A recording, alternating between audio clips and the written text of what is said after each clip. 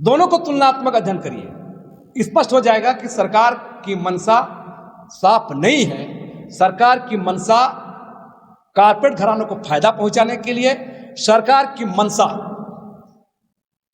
Bureaucrat राज, mafia राज, NGO राज और politician का राज, इस पर इस नियमावली को बनाया गया है। हम लोग जो रोज पढ़ रहे हैं, रोज तुलनात्मक अध्ययन कर रहे हैं, विभिन्न संगठन के लोग से बातचीत चल रहा है और कमोबेश सब में चर्चा है कि यह सरकार लॉलीपॉप देने का काम की है। और अभी तो बिल्कुल ही इसको दरकिनारा करते हुए ये सारी चीज़ों को सामने लाया गया है। बहुत ही चिंतनीय और गंभीर बातें हैं हमारे अपने राज्य के लिए। यहाँ की सीएम चाहेगा वही होगा और कहीं ना कहीं सरकार हम आदिवासियों को छला गया है कानून के माध्यम से, संविधान के माध्यम से। इसलिए इसका पुरजोर विरोध हम लोग करेंगे और आने वाला समय व्यापक आंदोलन की ओर हम लोग बढ़ेंगे। पेशा एक्ट को लेकर लंबे समय से लोग आंदोलन कर रहे थे, न्यायपालिका में भी मामला चल रहा था और उच्च न्यायालय के लगातार दबाव से मजबूरन झारखंड सरकार ने 23 दिसंबर 2025 को पेशा नियमावली पारित कर दिया था और 2 जनवरी 2026 को उसका नोटिफिकेशन जारी किया।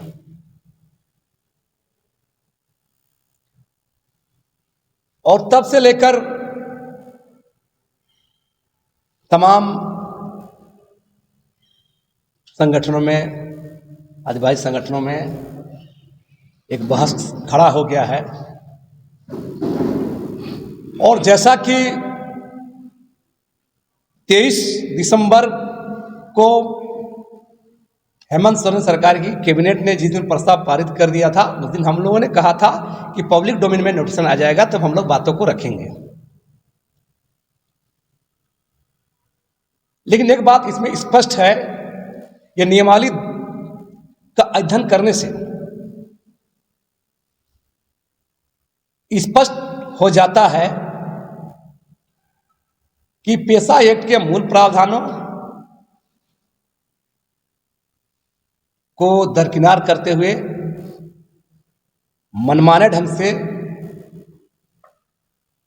राज्य सरकार नियंत्रित पेशा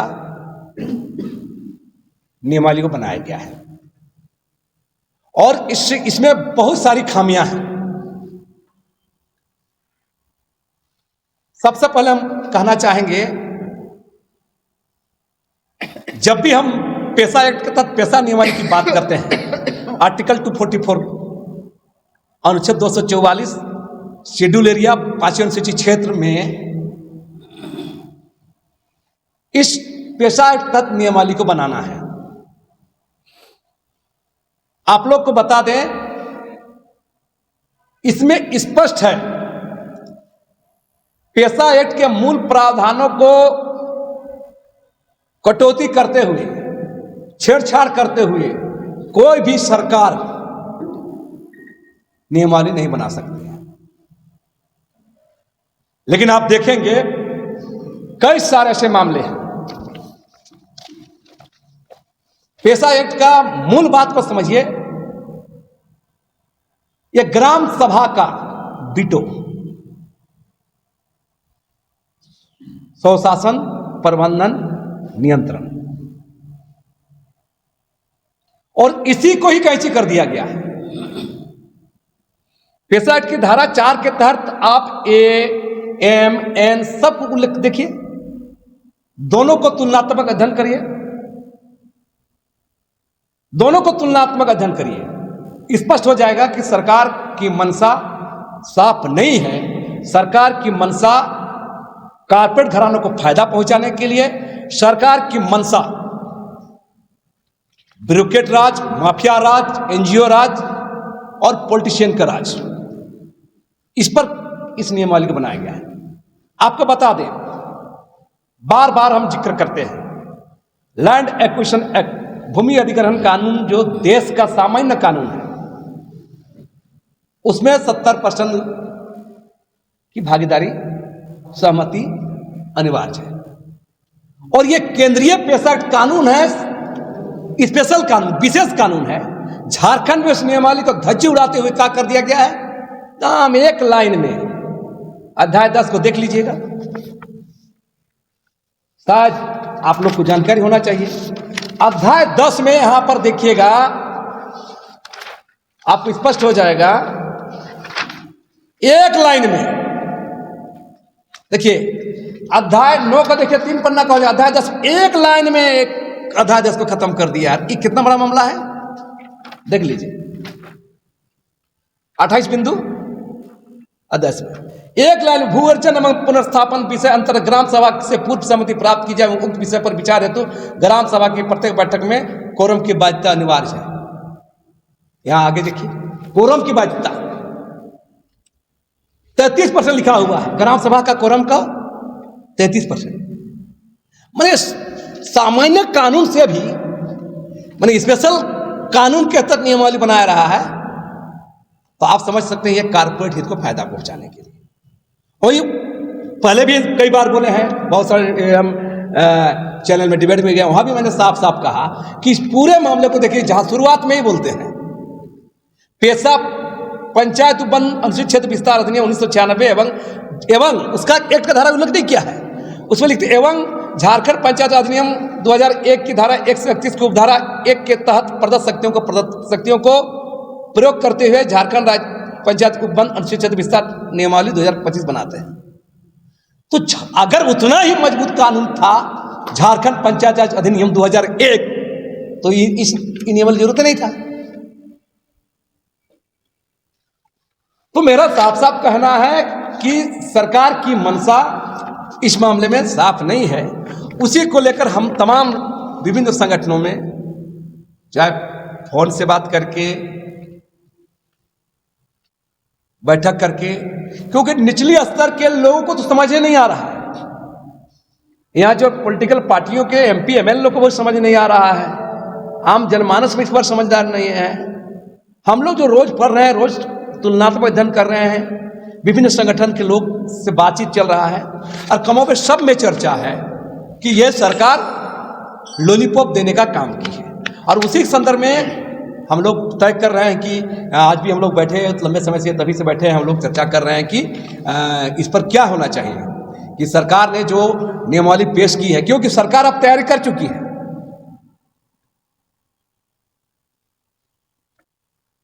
निविदा होगा, ट्रेनिंग सेंटर चलाया जाएगा, तमाम अफसर को लगाया जाएगा, करोड़ों का बजट बनेगा, ब्लॉक लेवल में पंचायत लेवल लोगों को ट्रेनिंग दिया जाएगा, और अरबों रुपया का घोटाला होगा। इसमें एनजीओ का फायदा है, ब्यूरोक्रेट्स का फायदा हम बोल रहे हैं। तो अभी इस संदर्भ में हम लोग फिर चिंतन कर रहे हैं, और एक अभियान के तौर पर हम लोग इसको आगे बढ़ाएंगे, आगे इसको ले जाएंगे, क्योंकि अभी तक निचली स्तर तक लोगों में इस बात को समझदारी नहीं बनी। तो जब नियम बनाने में ही फेरबदल है, नियम बनाने में ही कैंची किया गया है, कटौती किया गया है, दरकिनार किया गया है, तो इसका क्रियान्वयन क्या हो सकता है, इससे आप अंदाजा लगा सकते हैं। ये बिल्कुल कारपोरेट राज, कारपोरेट घरों में फायदा पहुंचाने के लिए, और एनजीओ, ब्यूरोक्रेट, माफिया, पॉलिटिशियन के हित में ये बना है। द्वारा जारी किया गया है, उसके ऊपर बहुत ढेरों आपत्तियां खड़ी हो रही हैं। जैसे जैसे पता चल रहा है कि इसके कानून की नियमावली को जिस तरह से संशोधित करके, मतलब एक पहले से बना था JPRA 1 जो हम लोग जान रहे थे, देख रहे थे, उसके बाद और संशोधन के साथ जो किया है, स्पष्ट रूप से जो उसकी मूल भावना के साथ जिस तरह से छेड़छाड़ किया गया है, उस पर हमें घोर आपत्ति है। सबसे पहले तो पेशा कानून जो है वो अनुसूचित क्षेत्र, आदिवासी क्षेत्र में स्पष्ट रूप से स्वशासन की बात को करता है, और मूल भावना वही है। तो शक्ति विहीन स्वशासन की बातें यहाँ पर हम लोगों को नज़र आ रही हैं। यहाँ बहुत सारी चीज़ों में जो है मतलब जो पेशा कानून 1996 में आया था, 97 में आपका समता जजमेंट जो हुआ था, वो भी सुप्रीम कोर्ट का ही वहाँ पर उस जजमेंट है वहाँ का, जो ऐसे अनुसूचित क्षेत्रों में वो भी स्वतः लागू होता है। और समता जजमेंट में मुख्य रूप से हम लोग देखें तो हमारी जो प्राकृतिक संपदा है उसमें जिसकी ज़मीन उसका उस पर अधिकार स्वतः बनेगा। और कोऑपरेटिव सोसाइटी के द्वारा वहाँ पर जो है 26% का भी बात आया है कि CSR के द्वारा जो वहाँ के क्षेत्र का जो विकास का काम होगा, ये सारी बातें हैं। तो दोनों ही चीज़ को लागू करने के लिए यहाँ झारखंड में पेशा कानून को के लिए काफ़ी दबाव था। समता जजमेंट के लिए भी गाहे बगाहे बातें उठती रही, क्योंकि वो हमारे अपने झारखंड के जो हमारी प्राकृतिक संपदा से सीधा जुड़ता है और ये भी हमारे अपने राज्य के लिए उतना ही महत्वपूर्ण है। मगर यहाँ पर उन दोनों बातों को गौन कर दिया गया है, क्योंकि हम लोग देख रहे हैं जिस तरह से जो हमारे मेजर मिनरल्स को का कहीं भी उल्लेख नहीं किया गया है। मतलब लघु वन उपज जो है उसका तो स्वतः कर दिया गया है। बालू घाट का भी जो है उसमें किस तरह से सहकारी समिति के द्वारा उसका जो किया जाएगा, संचालन किया जाएगा, वो भी स्पष्ट रूप से नज़र नहीं आता है। और हमारे विभिन्न क्षेत्रों में जो बहुत सारे ऐसे मेजर मिनरल्स हैं, जो खनिज संपदा है, उसका बिल्कुल भी उल्लेख नहीं करके उसको स्पष्ट रूप से नियंत्रण सरकार ने अपने पास रखा है। तो फिर यहाँ पर तो जो ग्राम सभा की जो सहमति होनी चाहिए, मतलब उसको सूचित करके सहमति लेने का, उसको पूरी तरह से गौन कर दिया गया है। और भूअर्जन जैसे जो अभी हमारे बोल रहे थे लक्ष्मी नारायण जी कि भूअर्जन वाला जो मामला है बहुत बड़ा मामला है। ये देश में 1894 से लेके जो आप देखिएगा जो 2013 में भी जो भूअर्जन का जो अधिनियम बना, उसमें भी स्पष्ट रूप से जिस तरह से 70% की बात आती है, यहाँ पर 33% का जो कोरम बना के उसमें प्रभावित परिवारों को की सहमति लेनी है नहीं लेनी है, ये भी जो उसके का भी कहीं उल्लेख नहीं है। मतलब गैर जरूरी बातों को यहाँ का उसका स्पष्टीकरण किया गया है, मगर जो मुख्य बातें हैं, और इसमें हम लोग स्पष्ट रूप से हर पायदान में जो प्रशासकीय हस्तक्षेप की बात हम लोगों को स्पष्ट रूप से दिखाई दे रही है। तो प्रशासन की बात कहाँ रह जाती है।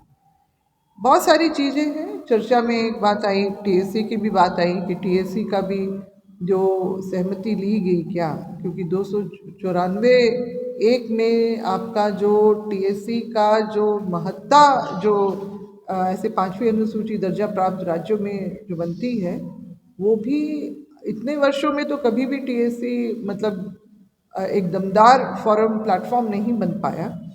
और मतलब 2.5 दशक के दौरान में भी, और अभी तो बिल्कुल ही इसको दरकिनारा करते हुए ये सारी चीज़ों को सामने लाया गया है। बहुत ही चिंतनीय और गंभीर बातें हैं हमारे अपने राज्य के लिए, और एक तरह से छले जाने की बात आ रही है। तो हम लोग इसका विरोध करते हैं और सरकार से हम लोग इसका कहेंगे कि पुनर्विचार करके इसको उन सभी आपत्तियों को, हमने तो उस समय जब 24 को प्रेस कॉन्फ्रेंस रखा था, तो मंतव्य और आपत्तियों को मद्देनज़र रखते हुए जो है उसको मतलब एक तो इनवाइट करना चाहिए था, और साथ ही साथ पब्लिक डोमेन में भी नहीं डाला गया, सीधा 2 जनवरी को जिस तरह से लागू किया गया है। तो ये सारी बातें जो हैं सरकार अपनी मनमर्जी करना चाह रही है, ये स्पष्ट रूप से दिख रहा है। ज़मीन के मसले पर आज जितने भी आंदोलन हो रहे हैं, आदिवासियों की ज़मीन छीनी जा रही है और आदिवासी के ज़मीन के मसले पर हत्याएं भी हो रही है। तो ज़मीन का मसला पहले जैसे TC उपायुक्त जो कस्टोडियन हुआ करते थे अभी भी है, जबकि पहले कुछ चीज़ों को लिखा हुआ था कि पहले का जो ड्राफ्ट था कि ज़मीन के मसले ग्राम सभा जो एक्सरसाइज करेगा, रिस्टोर करेगा, लेकिन उसको भी जो हटा दिया गया है। दूसरी बात हम सरकार से मांग करना चाहते हैं और हम अपने साथियों लोग भी कहना चाहते हैं, जैसे चतरा में 45% आदिवासी हो गए, उसको पेशा कानून से वंचित कर दिया गया है। और हम पेशा कानून के साथ साथ मैं सरकार से भी मांग करना चाहता हूँ, जहाँ पर 20,000 भी यदि आदिवासी हों तो उसको भी 5वीं अनुसूची में लागू कर लाना चाहिए। क्योंकि 17 की बातें आ रही है, बहुत आंदोलन भी कर रहे हैं वो लोग और वहाँ पे बैठक भी कर रहे हैं। तो पेशा कानून तभी लागू होगा जब 5वीं अनुसूची में लाया जाएगा और चतरा जिला को भी 5वीं अनुसूची में लाया जाए। और अन्य जगह जितने आदिवासी कम संख्या में भी हैं, ऐसा प्रोविज़न है, ऐसा नहीं, सो बात नहीं है। लेकिन पेशा कानून के संदर्भ में जो आज बातें आ रही है, हमारे संगठन के लोग असंतुष्ट हैं, इसलिए कि 244M और भाग 9 के तहत जो संवैधानिक प्रक्रिया से होना चाहिए, उसके आधार पर नियमावली बनना चाहिए, वो नहीं बना है। और हम लोग इसलिए इसका विरोध करते हैं और ये लड़ाई गांव तक ले जाएंगे। और हम लोग की कमेटी भी बना है, इससे वार्ता करने के पहले हम लोगों ने तय किया है कि जिला वाइज दौरा होगा और विभिन्न बुद्धिजीवी और सामाजिक ऑर्गेनाइजेशन और जनता से मिलेंगे और आने वाले समय में व्यापक आंदोलन की रूपरेखा तय करें, ताकि पेशा कानून के माध्यम से जो सोच था बुरिया कमेटी का, हमारे राजीव गांधी जी का, जो मैं 100 रुपया भेजता हूँ 10 रुपये ही पहुँचता है, लेकिन वो जो कानून बनाए थे, जो संविधान के तहत बनाने की बात आई थी, वो नहीं बनाया गया। फिर वैसे ही होगा, कंट्रोल गवर्नमेंट, यहाँ के CM चाहेगा वही होगा। और कहीं ना कहीं सरकार हम आदिवासियों को छला गया है कानून के माध्यम से, संविधान के माध्यम से, इसलिए इसका पुरजोर विरोध हम लोग करेंगे और आने वाला समय व्यापक आंदोलन की ओर हम लोग बढ़ेंगे। खबर का मतलब बवाल न्यूज, हमारे चैनल को सब्सक्राइब जरूर करें।